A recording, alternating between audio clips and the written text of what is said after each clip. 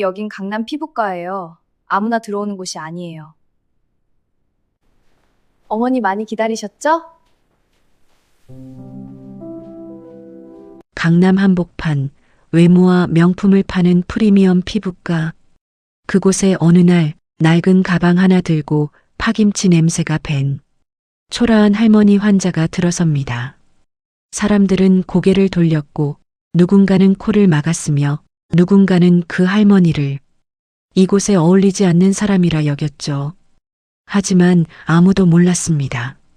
이 만남이 누군가에겐 인생을 건 시험이 되고 누군가에겐 평생 잊지 못할 선택이 되며 결국 모든 사람의 인생을 완전히 바꿔놓게 될 줄은요.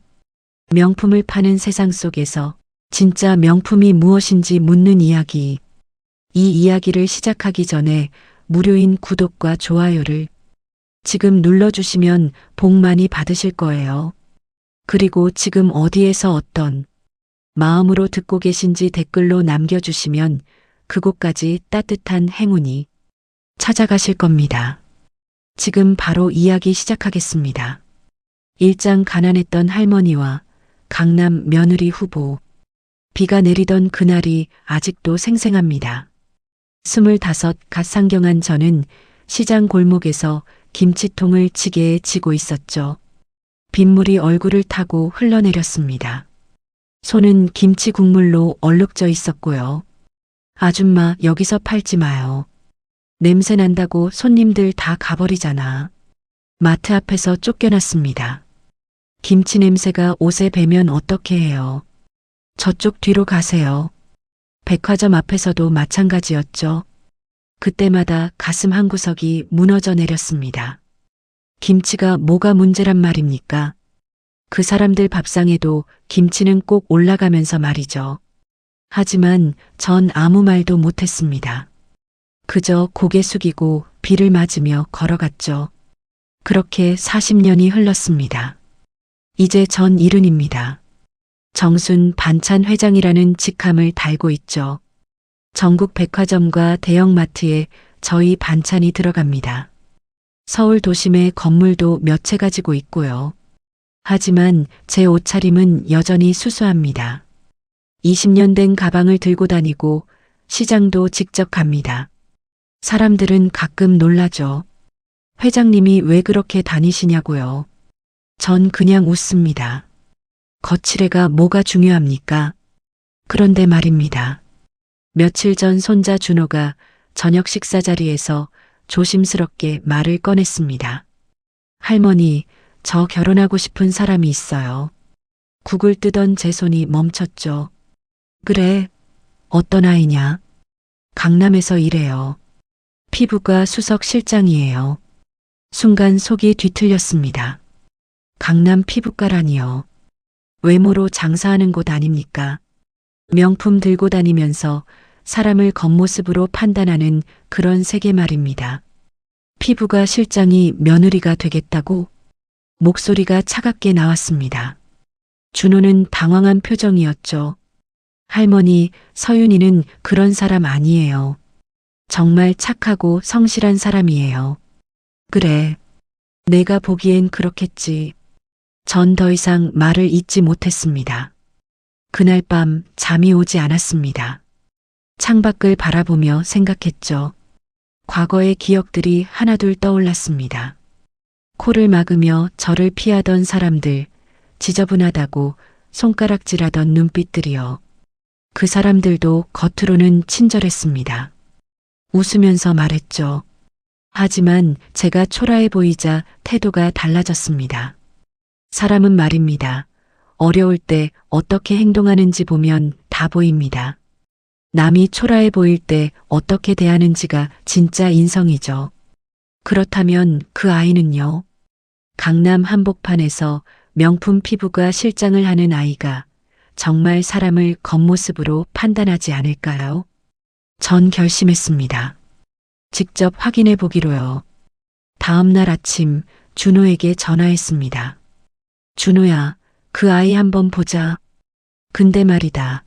그냥 만나는 건 재미없지 않겠니? 네. 할머니, 무슨 말씀이세요? 내가 직접 그 병원에 가볼 거다. 환자로 말이야. 할머니, 그게 무슨. 있는 그대로의 나 말고 아무 힘도 없는 촌할머니로 가야지. 그래야 진짜 모습을 볼 수 있어. 준호는 반대했습니다. 당연하죠. 하지만 전 물러서지 않았습니다. 준호야, 할미는 평생 겉모습 때문에 무시당하며 살았다. 그런 사람들이 며느리가 되는 건 절대 못 봐.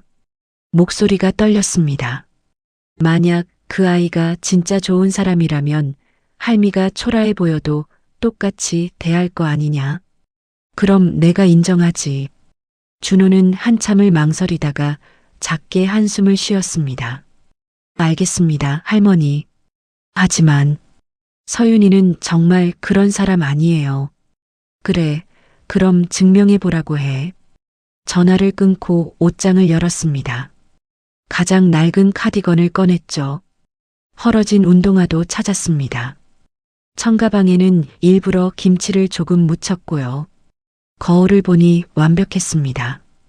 이제 아무도 저를 회장이라고 생각하지 않을 겁니다. 그저 가난한 시골 할머니, 김치 냄새 나는 촌사람으로 보이겠죠. 며칠 후면 강남에 갑니다. 그 화려한 피부과에 냄새 나는 할머니 한 명이 찾아가는 겁니다. 그리고 보는 거죠. 그 아이가 정말 사람을 마음으로 보는지 아니면 겉모습으로 판단하는지를요. 가슴이 두근거렸습니다.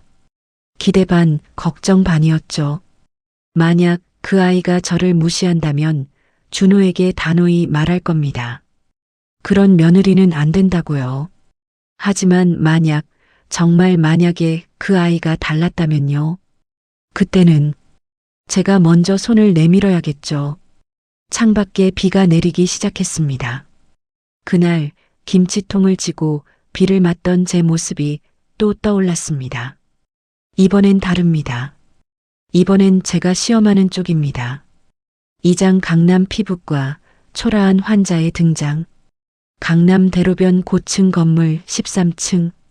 엘리베이터 문이 열리자 눈앞에 펼쳐진 광경에 저도 모르게 숨을 멈췄습니다.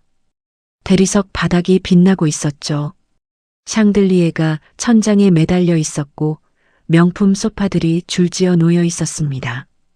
벽에는 VVIP 전용 라운지라는 금색 글씨가 새겨져 있었고요. 더 라움 클리닉. 이곳이 손자 며느리 후보가 일하는 곳입니다.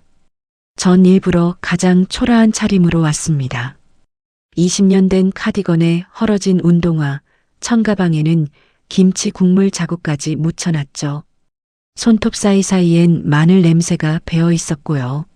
리셉션으로 걸어갔습니다. 젊은 여직원이 고개를 들었다가 순간 표정이 굳더군요. 코를 살짝 찡그리는 게 보였습니다. 어머니, 여기 예약 있으세요? 말투는 공손했지만 눈빛은 차가웠죠. 예, 그냥 얼굴이 어찌나 늙어 보여서요. 좀 어떻게 해준다 하길래 왔습니다. 아, 네. 성함이 어떻게 되세요? 여직원이 컴퓨터를 두드렸습니다. 옆 소파에 앉아있던 명품 옷차림의 여자들이 힐끔힐끔 저를 쳐다봤죠. 수군거리는 소리가 들렸습니다. 여기 급이 왜 저래? 요즘 아무나 다 봤나 봐. 가슴이 철렁했습니다. 예상했던 반응이었지만 직접 들으니 옛날 기억이 떠올랐죠.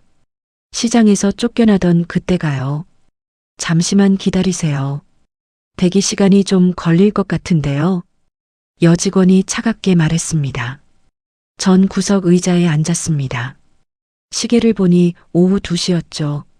다른 환자들은 차례차례 안으로 들어갔지만 전 계속 앉아 있었습니다. 30분이 지났습니다. 1시간이 지났죠. 아무도 저를 부르지 않았습니다. 그때였습니다.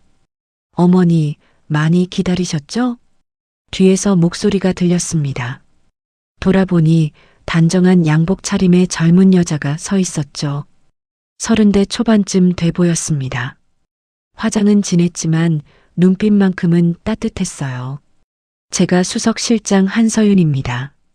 대기 시간이 길어져서 죄송해요. 그 여자가, 아니 서윤이가 제 옆에 앉았습니다. 손에 물 한 컵과 담요를 들고 있었죠. 날씨가 쌀쌀한데 이거라도 덮으세요. 허리 불편하시면 말씀해 주시고요. 전 멍하니 서윤을 바라봤습니다. 김치 냄새를 맡았을 텐데 표정 하나 찌푸리지 않았습니다. 오히려 제 눈을 똑바로 보며 웃고 있었죠. 어머니, 혹시 어떤 부분이 고민이세요? 아, 그게 주름이 너무 깊어서요.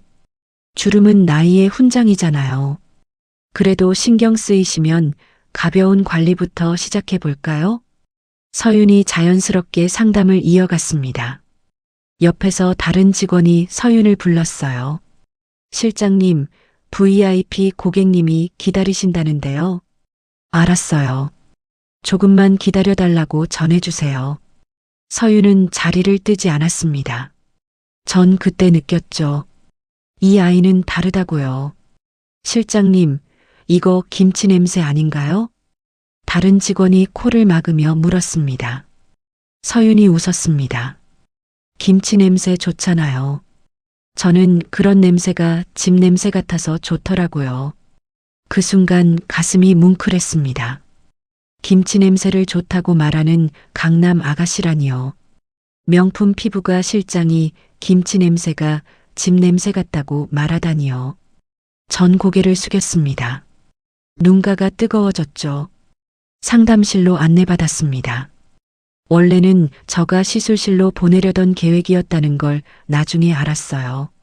하지만 서윤은 일반 고객과 똑같은 곳으로 저를 모셨습니다. 복도를 지나는데 앞에서 VIP 환자가 걸어왔습니다. 명품 가방을 든 중년 여자였죠. 좁은 통로였습니다. 전 비켜서려다가 제 청가방이 옆에 있던 기계 카트에 걸렸습니다. 쾅! 큰 소리와 함께 기계가 넘어졌습니다. 패널이 깨지는 소리가 났죠. 순간 병원 전체가 조용해졌습니다. 직원들이 우르르 달려왔어요. 얼굴이 새하얗게 질린 채로요. 이게 무슨 일이에요? 남자 목소리가 들렸습니다. 원장이었죠. 40대 후반쯤 돼 보이는 남자가 화난 표정으로 다가왔습니다. 이 기계가 얼마짜리인 줄 아세요? 5천만 원이에요. 5천만 원. 전 일부러 더 초라하게 굴었습니다. 미안합니다. 늙은 것이 뭘 알겠소. 보험도 안 되는 건데 이거 누가 책임질 건데요? 원장의 목소리가 점점 커졌습니다. 주변 직원들도 수군거렸죠. 제가 말렸잖아요. 이런 분들 VIP 동선 근처로 오게 하지 말라고요. 아까 그 여직원 최미라였나요? 비아냥거리는 투로 말했습니다. 전 가방을 꼭 쥐었습니다. 돈은 없습니다.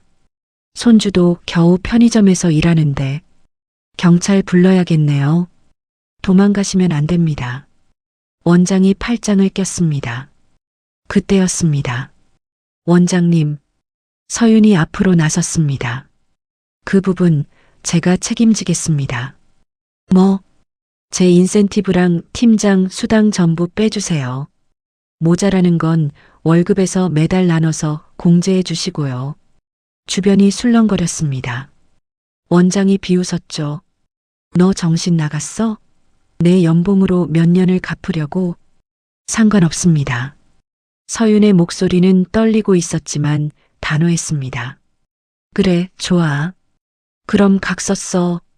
대신 넌 실장 자리 내려놓고 일반 스텝으로 내려가. 알겠습니다. 전 서윤을 바라봤습니다. 저 아이는 지금 저 같은 늙은이 하나 때문에 몇 년치 월급을 포기하려 하고 있었습니다. 가슴이 미어졌죠.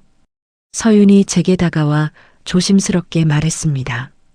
어머니, 죄송해요. 너무 놀라셨죠? 그래도 다치지 않으셔서 다행이에요. 전 떨리는 목소리로 대답했습니다. 아가씨, 참, 아까 말이 생각나네요. 네, 진짜 명품은 얼굴이 아니라 마음이라는 말. 그 그 말 말이에요. 서윤이 잠시 멍하니 저를 봤습니다. 전 천천히 일어났습니다. 이제 알았습니다. 이 아이는 진짜였습니다. 밖으로 나왔습니다. 엘리베이터를 타고 내려가며 눈물이 났죠. 준호의 눈이 맞았습니다. 3장 5천만 원짜리 기계 사고와 한 사람의 희생. 병원을 나온 뒤 사흘이 지났습니다. 전 매일 밤 잠을 설쳤죠. 서윤의 떨리는 목소리가 귓가에 맴돌았습니다. 제가 책임지겠습니다. 그 아이는 저 때문에 실장 자리를 잃었습니다. 몇 년치 월급도 날아갔죠. 가슴이 아팠습니다. 전 비서에게 지시했습니다. 더 라움 클리닉 계약서 다시 검토해봐. 그리고 그 병원 내부 평판 조사 좀 해줘. 회장님, 무슨 일이십니까? 됐고, 빨리 해. 이틀 뒤 보고서가 올라왔습니다. 더 라움 클리닉 박도영 원장. 한때는 실력 있는 의사였다고 합니다. 하지만 지금은 돈과 이미지에만 집중하고 있었죠. 직원들 사이에서도 평판이 좋지 않았습니다. VIP한테만 잘 보이면 돼. 싸구려 손님 받으면 우리 병원 이미지 떨어진다고. 이런 말을 입버릇처럼 한다더군요. 보고서 마지막 장에 최근 소식이 있었습니다. 한서윤 수석실장, 기계 파손 사고로 강등 및 급여 삭감 처분. 병원 내부에서 가난한 환자 감싸다가 인생 꼬였다는 소문이 돌고 있음. 전 보고서를 내려놓았습니다. 손이 부들부들 떨렸죠. 저 아이를 시험했습니다. 맞습니다. 하지만 이렇게까지 희생하게 만들 생각은 없었어요. 그날 저녁 준호가 찾아왔습니다. 할머니, 서윤이가 상견례 하자고 하시냐고 물어봤어요. 전 고개를 들었습니다. 그래. 네. 근데 할머니, 서윤이 요즘 병원에서 힘들어하는 것 같아요. 무슨 일 있었던 거예요? 준호는 아직 몰랐습니다. 제가 그 병원에 다녀온 걸요. 전 잠시 망설였습니다. 준호야, 내가 그 병원에 다녀왔다. 네. 언제요? 며칠 전에. 환자로. 준호의 얼굴이 굳어졌습니다. 할머니, 설마. 그래. 일부러 초라하게 입고 갔지. 그 아이가 어떤 사람인지 보려고. 전 그날 있었던 일을 차근차근 설명했습니다. 김치 냄새 나는 할머니로 갔던 것, 다른 직원들이 저를 무시한 것, 서윤만이 저를 진심으로 대했던 것, 그리고 기계가 넘어진 사고까지요. 준호의 얼굴이 점점 하얗게 변했습니다. 그래서 서윤이가, 그래서 급여 삭감당한 거였구나. 미안하다, 준호야. 할미가 너무 심하게 시험했다. 준호는 한참 동안 말이 없었습니다. 그러다 천천히 입을 열었죠. 할머니, 저는 서윤이가 그런 사람이 아니라고 말씀드렸잖아요. 그래, 내 말이 맞았다. 그 아이는 진짜였어. 그런데 왜 이제야 말씀하시는 거예요? 목소리에 원망이 섞여 있었습니다. 전 고개를 숙였습니다. 할미가 잘못했다. 일은 평생 처음으로 손자에게 사과했습니다. 다음 날 전 비서를 불렀습니다. 더 라움 클리닉 계약 재검토 들어가. 그리고 상견례 준비해. 회장님, 계약 재검토요? 그래. 우리 건물에 새 들어있는 주제에 사람을 겉모습으로 판단하는 곳은 둘 수 없어. 비서가 놀란 표정을 지었지만 전 신경 쓰지 않았습니다. 그리고 준비했습니다. 서윤에게 줄 선물을요. 각서 원본을 병원에서 가져오게 했습니다. 3천만 원짜리 빚각서요. 그걸 제 서랍에 넣어뒀죠. 상견례 날짜가 잡혔습니다. 장소는 제가 지분을 가진 고급 한식당이었습니다. 그날 아침 거울을 보며 단정하게 옷을 입었습니다. 이번엔 회장답게 입었죠. 양장에 진주 목걸이, 깔끔한 구두까지요. 식당에 먼저 도착해서 앉아 있었습니다. 문이 열렸습니다. 준호가 먼저 들어왔고 그 뒤로 서윤이 들어왔죠. 서윤은 긴장한 표정이었습니다. 손을 꼭 쥐고 있었고요. 그 아이가 저를 봤습니다. 눈이 마주쳤죠. 서윤의 입이 벌어졌습니다. 그때 어머니? 전 천천히 웃었습니다. 그래, 나야. 김치 냄새 난다고 했던 그 촌할머니. 회장님이. 세요? 서윤이 준호를 봤습니다. 준호가 고개를 끄덕였죠. 여기 우리 할머니, 정순 반찬 회장님이셔. 서윤의 얼굴이 새하얗게 질렸습니다. 그럼 그날, 일부러 전자리에서 일어났습니다.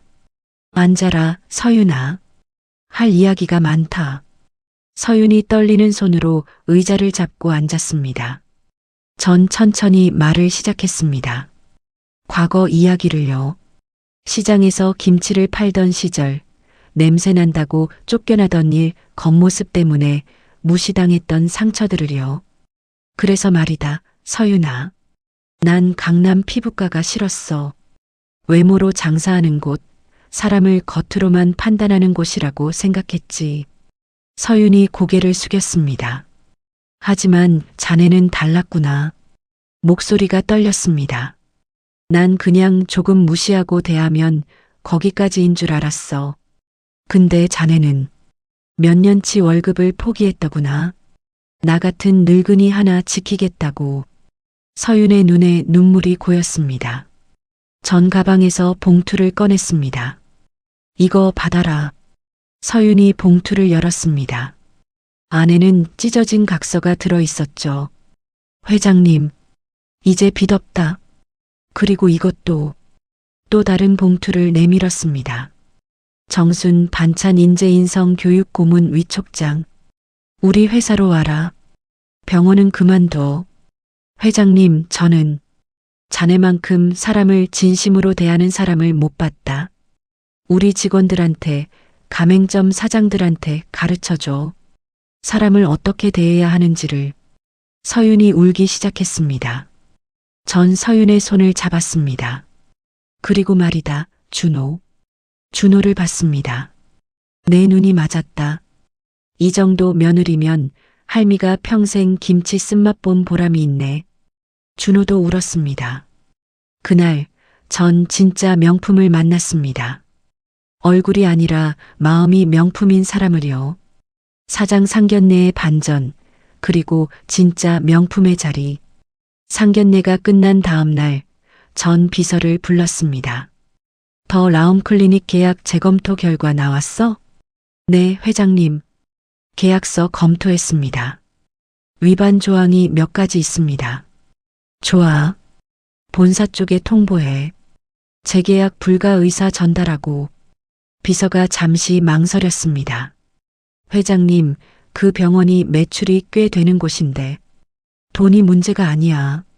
사람을 겉모습으로 판단하는 곳에 우리 이름 더는 붙이고 싶지 않아.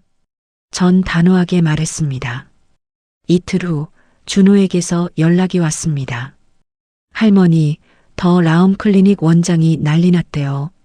그래. 건물주가 재계약 거부했다고 본사에서 통보받았나 봐요. 지금 병원 전체가 발칵 뒤집혔다는데.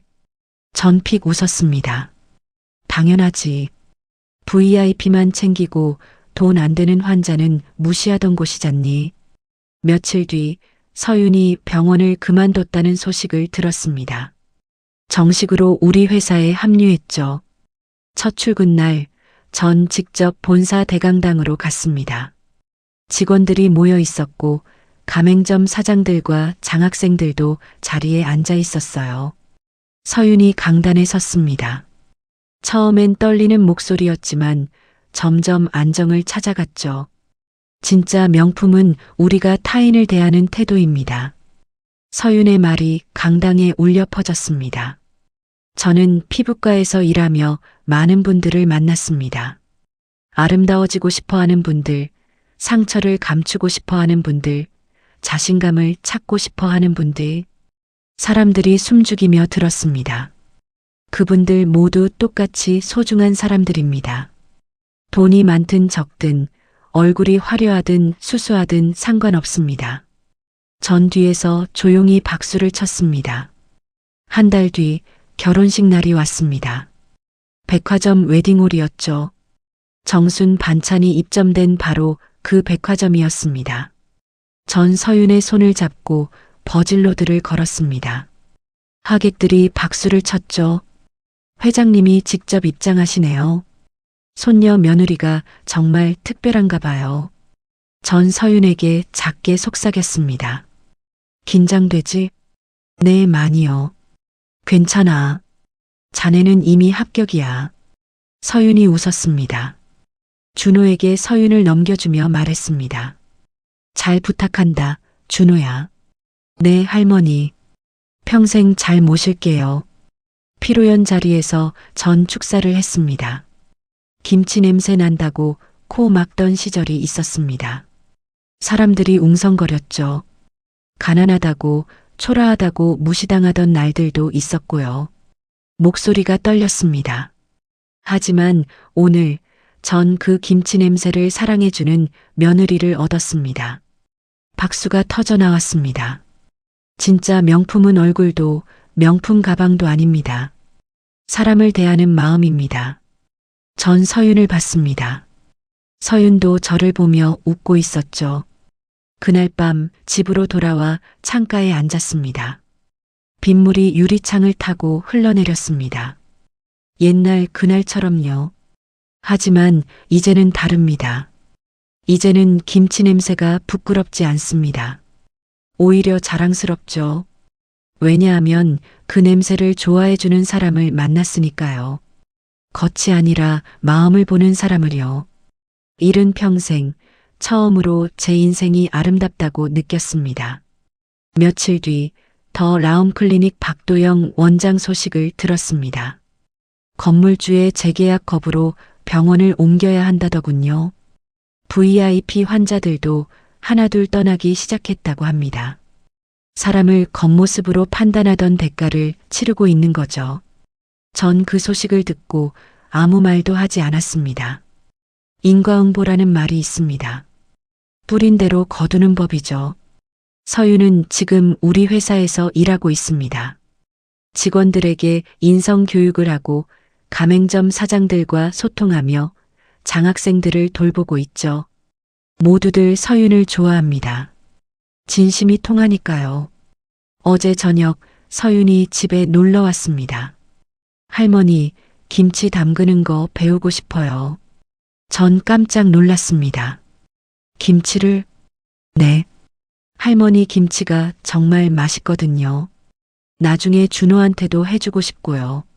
그 말에 눈시울이 뜨거워졌습니다.